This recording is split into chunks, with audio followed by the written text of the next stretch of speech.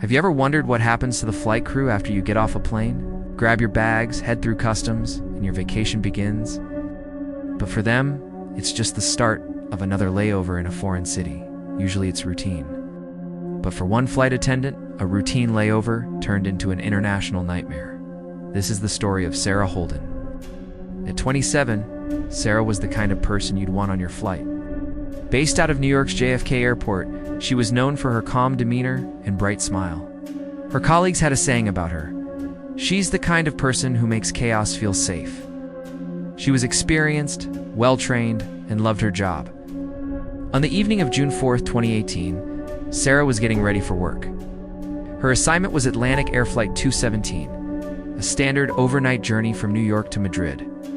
It was a full flight, with 224 passengers on board, but the weather was clear, and all the pre-flight checks came back normal.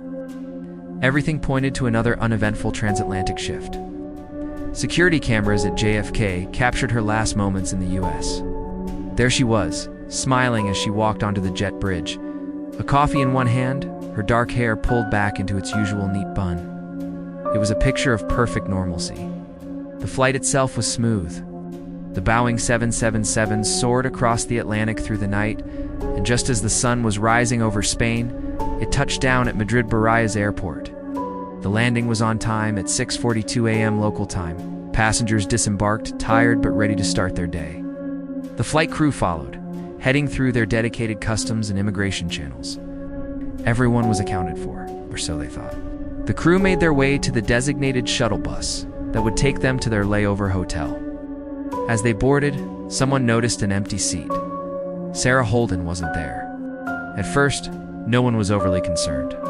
Maybe she was held up at immigration, or perhaps she stopped to use the restroom. They waited a few minutes, but she didn't show up. The captain made a quick call to the airline's ground operations, but no one had seen her. Back at the baggage claim, her suitcase circled the carousel, unclaimed. At the hotel, her room key was waiting at the front desk, but she never arrived to check in. The initial mild concern quickly escalated to serious worry. Her crewmates started calling her phone. It rang twice, then went straight to voicemail. Again and again, the same result. An unsettling silence began to grow. Where was Sarah? Airline officials immediately contacted airport security. They began the tedious process of reviewing hours of CCTV footage. They tracked her movements from the moment she stepped off the plane. The cameras showed her walking with the rest of the crew through the terminal's sterile corridors. She looked normal, just another flight attendant at the end of a long shift. Then they saw it. As Sarah entered a less crowded crew corridor, a separate figure appeared in the frame. It was a man, his face obscured by a dark baseball cap, who seemed to deliberately fall into step just a few paces behind her. They both turned a corner, and then, nothing.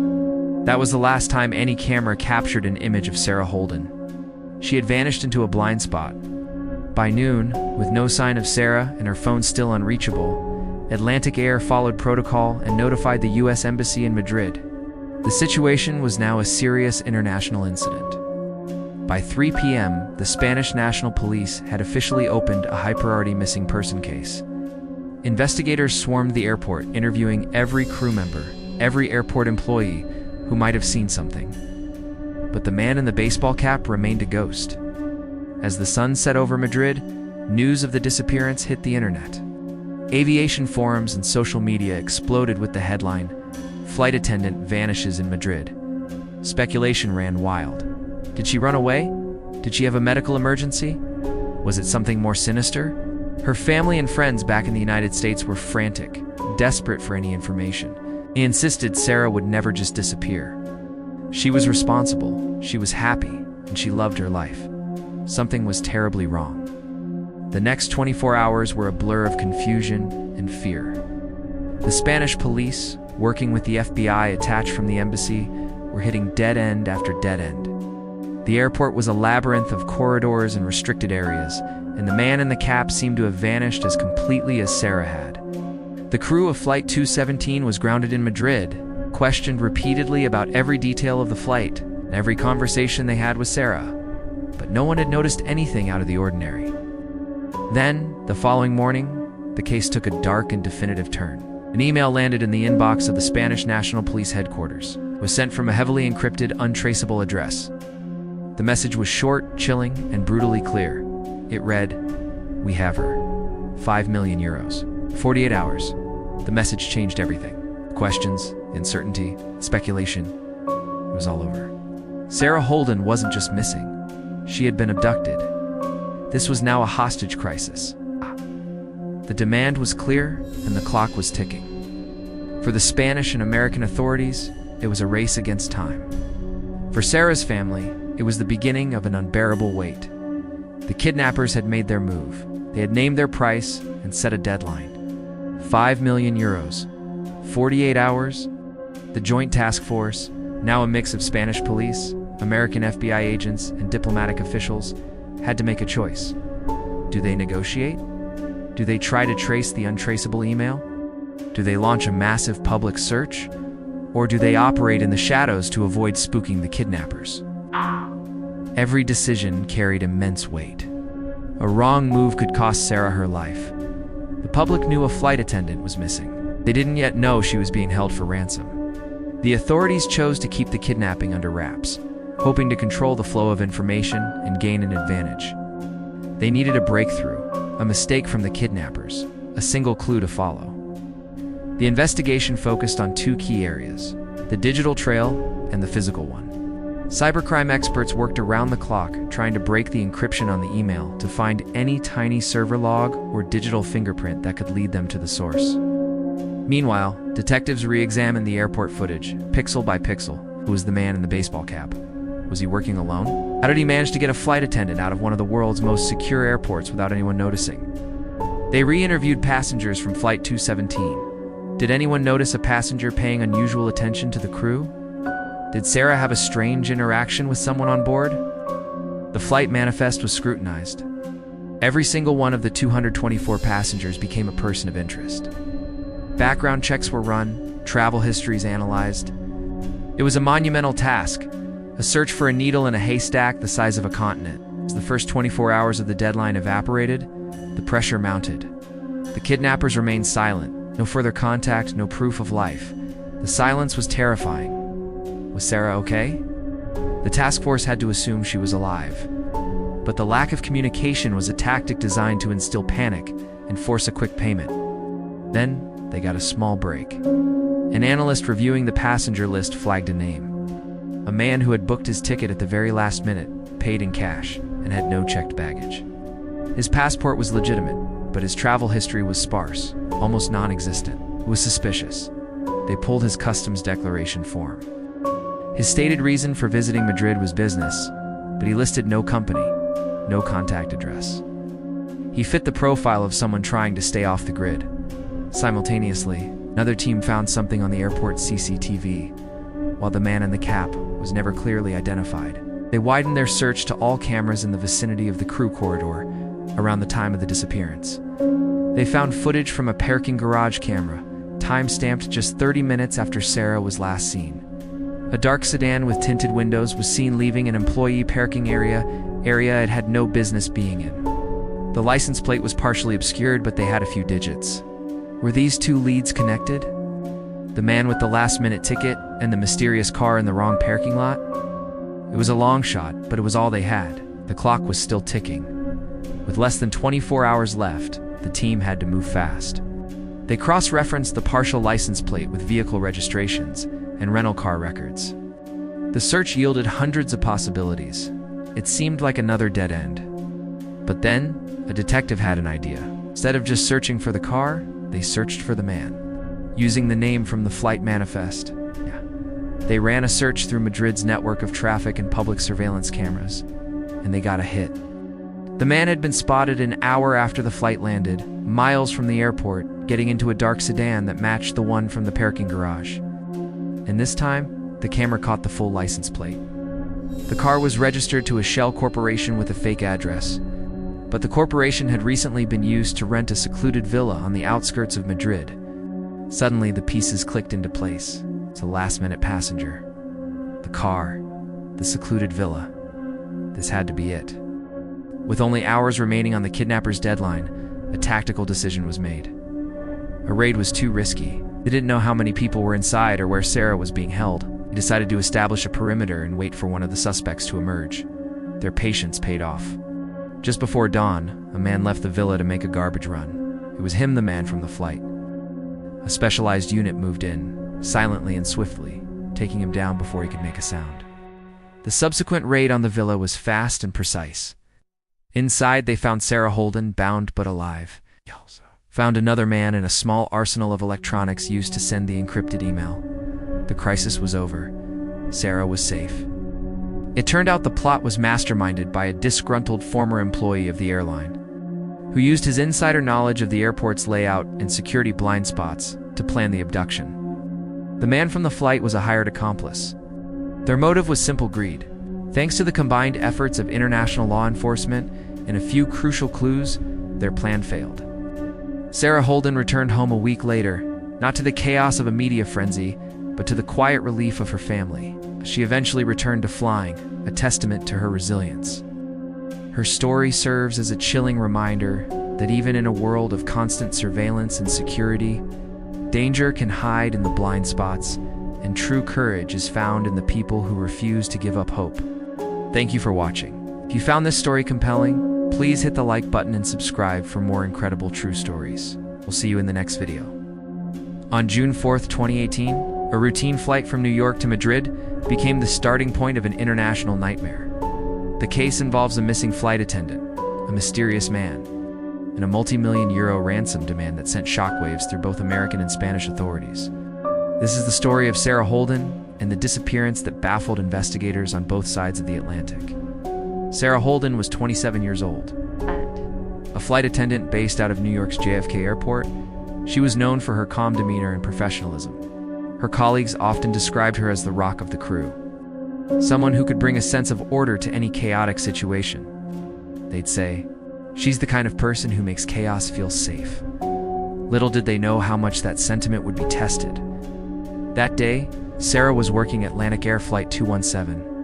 It was an overnight trip, a familiar route she had flown many times before. The flight was full, carrying 224 passengers, but the pre-flight checks were all green. The weather was clear, and everything pointed to a smooth, uneventful journey across the ocean. Security cameras at JFK captured the last moments before she boarded. We see her smiling, holding a cup of coffee, her hair neatly tied back in its signature bun. It was a picture of normalcy, the beginning of a shift, just like any other. But it wasn't. The flight touched down at Madrid Barajas Airport at 6:42 a.m. local time. Passengers disembarked as usual, collecting their bags and heading into the city. The flight crew followed, tired but ready for their layover rest. The captain did his final checks, the plane was secured, and the crew made their way to the shuttle bus, waiting to take them to their hotel. Everyone was accounted for, or so they thought. It wasn't until the shuttle arrived at the hotel that the crew realized someone was missing. Sarah Holden. She wasn't on the bus. They waited, assuming she'd been held up or was right behind them. But minutes turned into a half hour, and concern began to mount. She hadn't picked up her luggage from the designated crew collection point. She never checked into the hotel. Her room remained empty. Panic started to set in. The airline station manager in Madrid was alerted. They tried calling Sarah's phone. It rang twice, then abruptly disconnected. Every subsequent call went straight to voicemail. This was highly unusual. Sarah was meticulous, always on time, and always in communication. For her to just disappear without a word was unthinkable. Airport authorities were immediately notified and began reviewing security footage. They traced her movements from the moment she stepped off the aircraft. The cameras showed her walking down the crew corridor, a restricted area inaccessible to the public. She was alone, walking at a normal pace. But then, the footage revealed something chilling. A few seconds after Sarah passed a junction, a man in a dark baseball cap, his face obscured, appeared from a side hallway. He fell into step behind her, keeping a careful distance. They both continued down the corridor and turned a corner out of the camera's view. That was it. That was the last time anyone saw Sarah Holden. By noon, the situation had escalated dramatically. The U.S. Embassy in Madrid was officially notified of a missing American citizen. By 3 p.m., Spain's national police, the Policia Nacional, had opened a formal missing person case. Investigators swarmed the airport, interviewing every crew member, airport staff, and anyone who might have seen something. But the man in the baseball cap seemed to have vanished into thin air. Just like Sarah, as the day wore on, news of the disappearance began to leak. By evening, American aviation forums and social media were buzzing with the story. Headlines like "Flight Attendant Vanishes in Madrid" spread like wildfire. The mystery and the inherent fear of a professional in a secure environment simply vanishing captured public attention. Speculation ran rampant. Did she run away? Did she have a secret life? Or was this something far more sinister?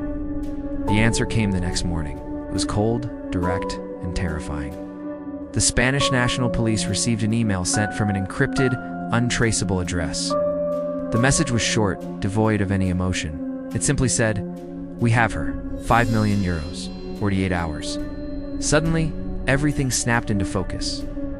This wasn't a simple missing person case anymore. Sarah Holden hadn't just disappeared, she had been taken. This was a kidnapping. The email transformed the investigation from a search into a rescue mission. The clock was ticking, and the lives of everyone involved were now consumed by one goal: to get Sarah back. The demand for 5 million euros within 48 hours put immense pressure on both governments. The US and Spain, allies in many things, were now fully aligned in a high-stakes race against time. The FBI dispatched agents to Madrid to assist the Spanish police. Elite counterterrorism and kidnapping units were mobilized. They had to operate under a complete media blackout to avoid spooking the kidnappers.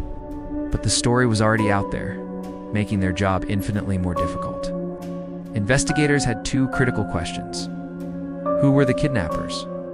And how did they manage to abduct someone from the secure side of a major international airport? The man in the baseball cap was their only lead. Facial recognition software was useless. His face was hidden. They analyzed his gait, his clothing, his build, but it yielded nothing concrete. He moved with a purpose that suggested he knew the airport's layout, perhaps an employee, past or present. The police delved into Sarah's life, searching for any possible motive. They looked at her finances, her relationships, her social media, but they found nothing. She was, by all accounts, a normal young woman with a passion for her job and a close circle of friends and family. There was no secret debt, no jilted lover, no connection to any criminal activity. She appeared to be a random victim, which was even more terrifying. Meanwhile, the 48-hour deadline loomed. The kidnappers had given no instructions on how the money was to be delivered. The authorities were in a reactive position, waiting for the next move. They prepared the ransom money, a standard procedure in these cases, while simultaneously trying to trace the email.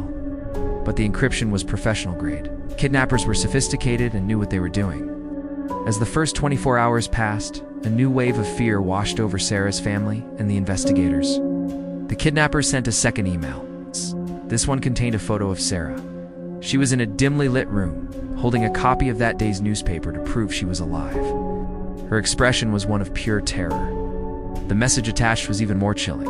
24 hours left. No police, or she is gone. The pressure was unbearable.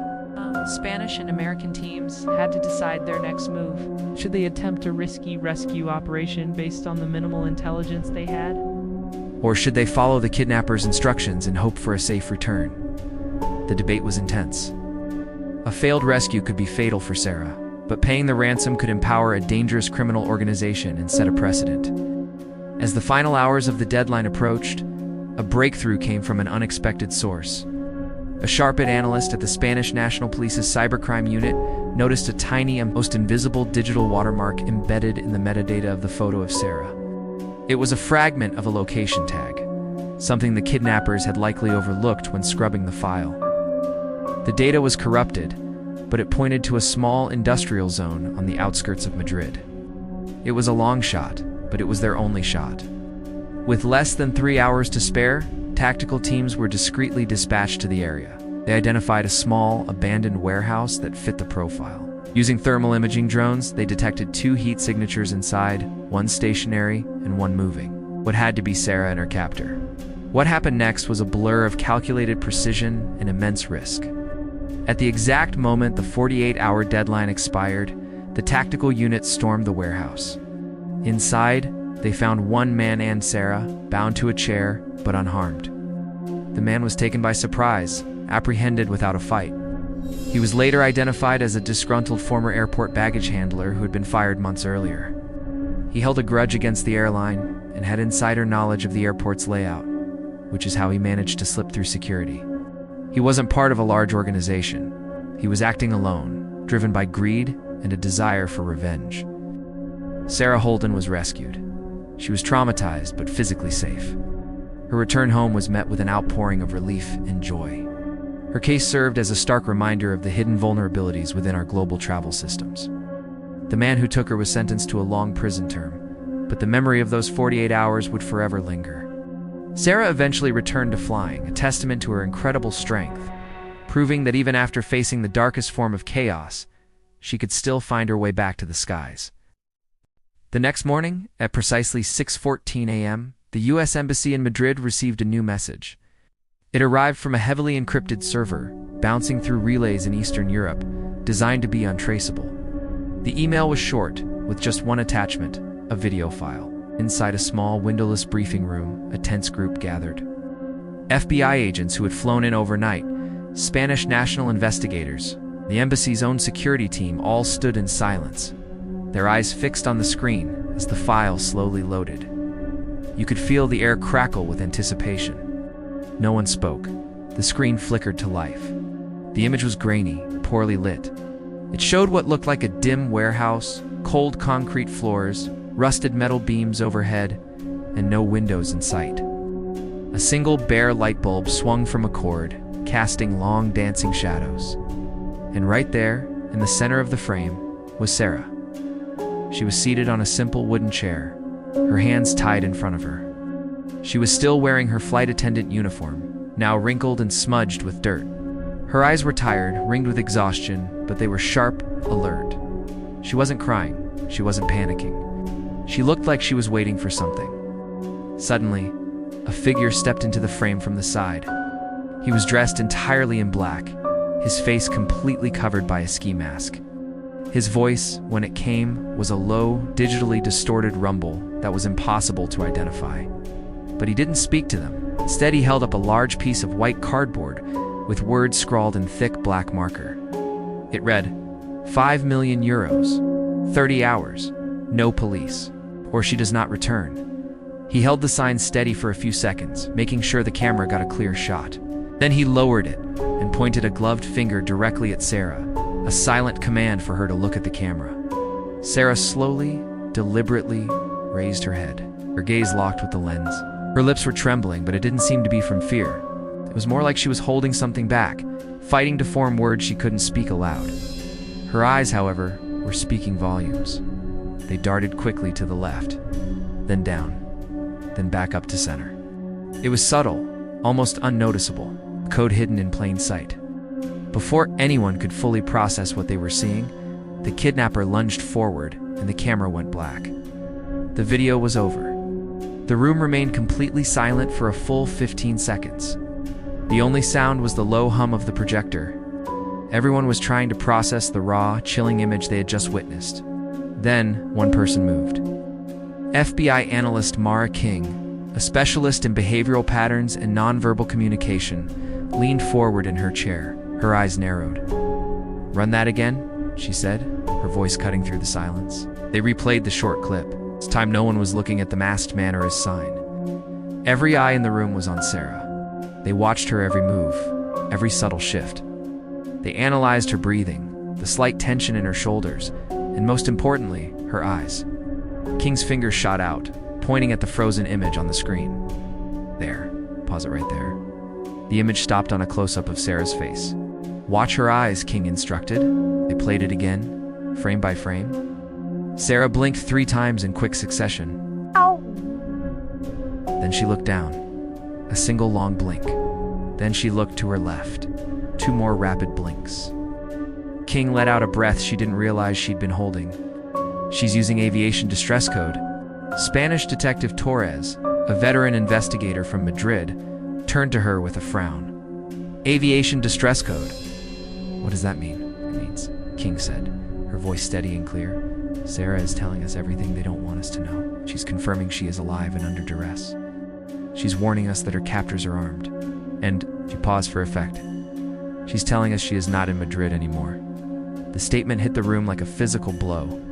If she wasn't in Madrid, where could she be? The kidnappers had a head start. They had to be close by. But the code suggested something else entirely. The team immediately shifted gears. An audio technician got to work, isolating the background hum from the video. They filtered out the distorted voice, amplifying the ambient noise. It wasn't the echoey hum of a warehouse. It was something deeper, something rhythmic and powerful. It was the distinct thrum of a large ship's engine. FBI Director Mills, who had been watching from the back, stood up abruptly. "They've moved her," he said, his voice grim. "She's either near a port, or she's already on the water." They had been working under the assumption she was hidden somewhere in the sprawling city of Madrid. This changed everything. Just then, the door to the briefing room burst open. A young agent, out of breath, rushed in holding a tablet. "Sir, we found something," he shouted, his voice echoing in the tense room. "The van that took her from the airport, it was flagged by a traffic camera. Plate matches." Mills turned to him. "Where?" The agent swallowed hard. "It showed up on a camera near the Port of Valencia an hour ago." A collective gasp went through the room. Valencia. That wasn't just a few hours away. That was an overnight drive across the country. They were on the coast. Detective Torres whispered, his face pale. "My God, they're trying to get her out of the country." Mills nodded grimly, the full picture snapping into focus. This wasn't about a simple ransom exchange. The money was a distraction, a way to keep the police busy looking in the wrong city. "They aren't planning a ransom," he stated, his voice low and cold. "They're planning a transport. They were smuggling her out, treating her like cargo. And Sarah Holden, captive somewhere on the vast Spanish coast, was running out of time." By afternoon, the joint task force had relocated from Madrid to Valencia. The situation was tense. Highways were being watched, trains were being monitored, and every single camera feed from around the sprawling Port of Valencia was pulled up onto a massive digital wall. The air in the room was thick with anticipation. And then, there it was, a breakthrough. At 3:27 in the morning, a white delivery van with fake license plates turned off the main road. It slipped into a quiet service lane that snaked toward the cargo terminals. The camera angle wasn't perfect. It only caught a partial view of the vehicle, but it was enough. The team matched the distinct dents and stickers from the earlier airport footage. This was their van. They froze the frame. On the back doors of the van, just below the handle, was something new. A small, bright blue square, stark against the dirty white paint. "Zoom in," one of the analysts commanded. The image sharpened. "Enhance." It wasn't a sticker. It was a piece of an airline baggage tag deliberately torn off and pressed into the grime on the van door. Printed on it, barely visible, were the letters JFK Gives Mad, and along the edge, in tiny font, was a name S. Holden. Sarah. Sarah had marked the van. "Smart girl," Torres muttered, a mix of admiration and concern in his voice. "She's leaving us breadcrumbs." The team immediately dove into the port logs. There was no official entry for that vehicle. No cargo had been processed at that hour. It was a ghost. But one record stood out like a sore thumb. Private freighter, registered under a shell company in Gibraltar, had requested emergency maintenance clearance on Dock 7 at 3:10 a.m. The timing was perfect, just long enough for a van to pull up to the ramp, load something or someone, and disappear. The ship's declared destination was Tangier, Morocco. By now, it was long gone, a phantom on the open sea. But the kidnappers had made a mistake. "These guys are good," Agent King said, her eyes fixed on the screen, "but they're not perfect." She rewound the dockside camera footage. The freighter's name had been crudely sprayed over with fresh black paint, the letters rough and uneven. But beneath the new lettering, the original name was still faintly visible. Seaward Lark. Mills's fingers flew across his keyboard, typing the name into a global maritime database. His jaw tightened. The mood in the room dropped several degrees. "It's linked to a trafficking network we've seen before," he said, his voice grim. "No convictions, but we've chased their ships from Greece to Turkey to West Africa. They're a ghost fleet. They take jobs no one else will touch." Immediately, Spain issued an emergency bulletin. Intercept orders went out to every coastal patrol vessel in the region. Moroccan authorities were alerted, and every available satellite was tasked with tracking the ship. In a matter of minutes, the seaward Lark became the most watched ship in the Western Mediterranean. But Sarah wasn't just waiting to be rescued. Miles away, on board that very ship, she was fighting her own battle. She was in a narrow, windowless cabin, lit by a single, harsh bulb. Her wrists were bound in front of her, not behind her back. Whoever tied her had made a critical miscalculation. They assumed she was less of a threat that way. They were wrong. Every few minutes, a low horn trembled through the metal walls of her prison. The deep vibration told her one thing. They were in deep sea now, too far to swim, too far for anyone to hear her scream. The masked man from the video entered the cabin. This time, he didn't have a camera.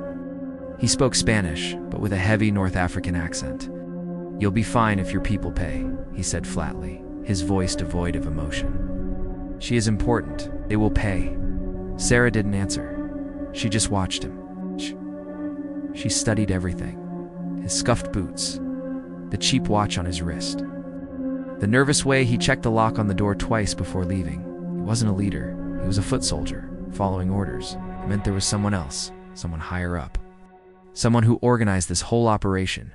Someone who knew flight schedules, airport crew layouts, and even police response times. Someone who knew the world would erupt if a U.S. flight attendant was taken on international soil. As soon as the door clicked shut, Sarah scanned the small room. A bolted-down cot, thin, lumpy mattress, a cold metal floor, and in the corner a loose panel. Hope flickered. She slid off the bed, her hands still bound, and tapped the panel with the heel of her shoe. It was hollow. With some effort, she pried it open. Inside was a dark space filled with a tangle of old cables and discarded tools left over from some long-forgotten repair. Her fingers, numb but determined, searched through the mess. They closed around a rusty bolt, one end of it sharp and jagged. It wasn't much, but it was a chance. Slowly, carefully, hidden from view, she began to saw at the thick rope binding her wrists. Back on land, the story had exploded. News channels across the United States ran the headline on a loop: American flight attendant taken in Spain hostage at sea. The State Department issued a formal statement. The White House strongly condemned the abduction. Social media was on fire with the hashtag #FindSarah. People from all over the country were donating money to a fund for her family, demanding government action, and sending videos of support. This wasn't just a criminal case anymore. It was a national cause. At the task force headquarters in Valencia, the pressure was immense. Tourists stared at the giant map of the Mediterranean, the seaward Lark's projected path a blinking red line. "If they change course and slip south into the coastline," he said, the worry evident in his voice, "we could lose them in a dozen smaller, unregulated ports." Mills nodded grimly. "Then we don't give them time to change course." He pointed to a specific sector on the map, a narrow strait. "Here, the waters are tight, radar coverage is heavy, and we have multiple international patrols converging on that area." He looked up, his eyes meeting those of everyone in the room. "By the time they get there, we'll be waiting for them." The trap was being set. And far out at sea, on a dark freighter cutting through black water, a different kind of trap was being sprung. Sarah felt the last strand of rope finally give way. Her hands were free. The pain was sharp, her wrists were raw, but she was free. And the people who took her, the people who thought she was helpless cargo, had absolutely no idea what they had just unleashed. The game had changed. They thought they had a hostage. What they really had was a problem. And their problem was just getting started. In the dead of night, the freighter slipped through the ink-black waters off the Spanish coast. A ghost ship carrying a precious stolen cargo.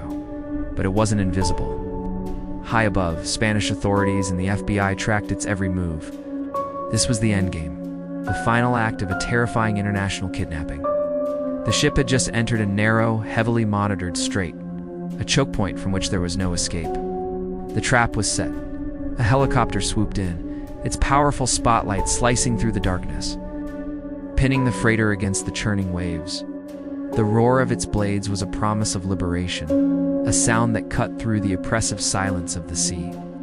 On board the vessel, in the cold, damp confines of the lower deck, Sarah was not waiting to be rescued. She was rescuing herself. Through sheer will and determination, she had managed to free her hands from their restraints. Every movement was deliberate, her mind sharp despite the exhaustion and fear. She was calm, focused, a survivor in every sense of the word. Her goal was the upper deck, the open air, the chance at freedom. She moved like a shadow through the labyrinthine corridors of the ship, her heart pounding a steady rhythm against her ribs. Simultaneously, the sea erupted with activity. Spanish special forces, clad in black and armed for a swift, decisive strike, boarded the vessel from multiple points. They moved with silent, practiced efficiency, their training kicking in. The operation was a blur of controlled chaos, a perfectly executed maneuver designed for speed and surprise. The kidnappers, caught completely off guard, had no time to react. There was no firefight, no prolonged struggle. Within minutes, they were apprehended, their criminal enterprise crumbling around them. The ship was secured, every corner cleared, every threat neutralized. The nightmare was almost over. On the now secure deck, an officer scanned the area, his eyes adjusting to the flashing lights and the first hints of dawn. He noticed movement near a lower hatch. A figure was climbing up, slowly but steadily. It was Sarah. Her face was pale, her clothes were damp, and she was shivering from the cold and the adrenaline. But her eyes were clear, conscious, and filled with an unbreakable spirit. She had made it.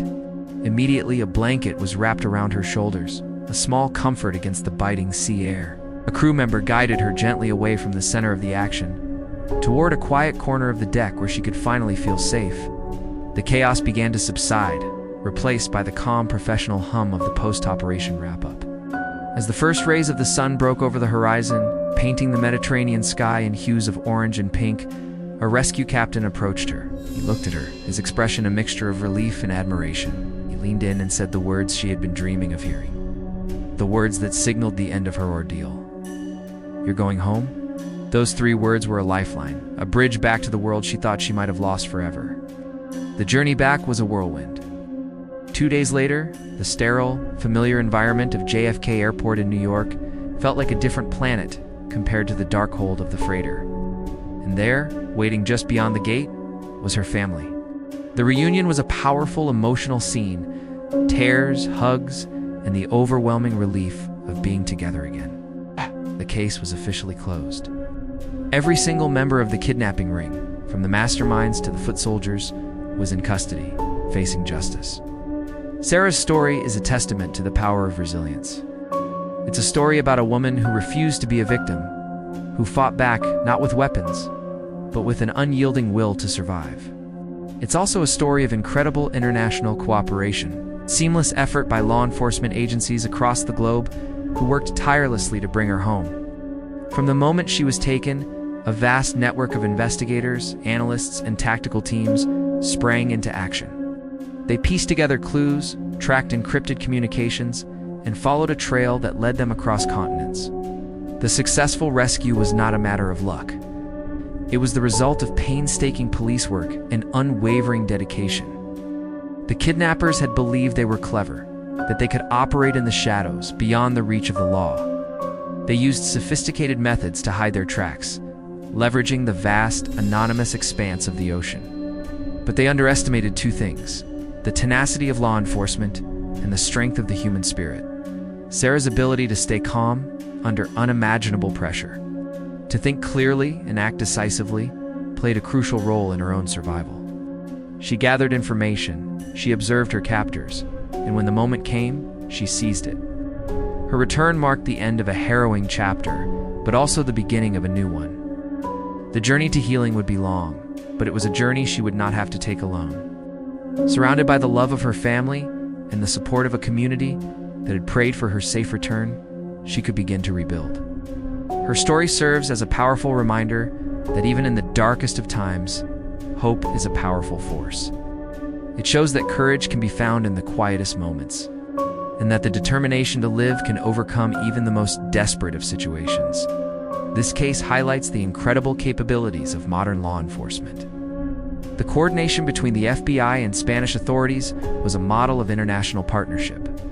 They shared intelligence in real time, combined resources, and executed a flawless plan. The use of satellite tracking, aerial surveillance, and elite maritime forces demonstrates the lengths to which they will go to protect innocent lives.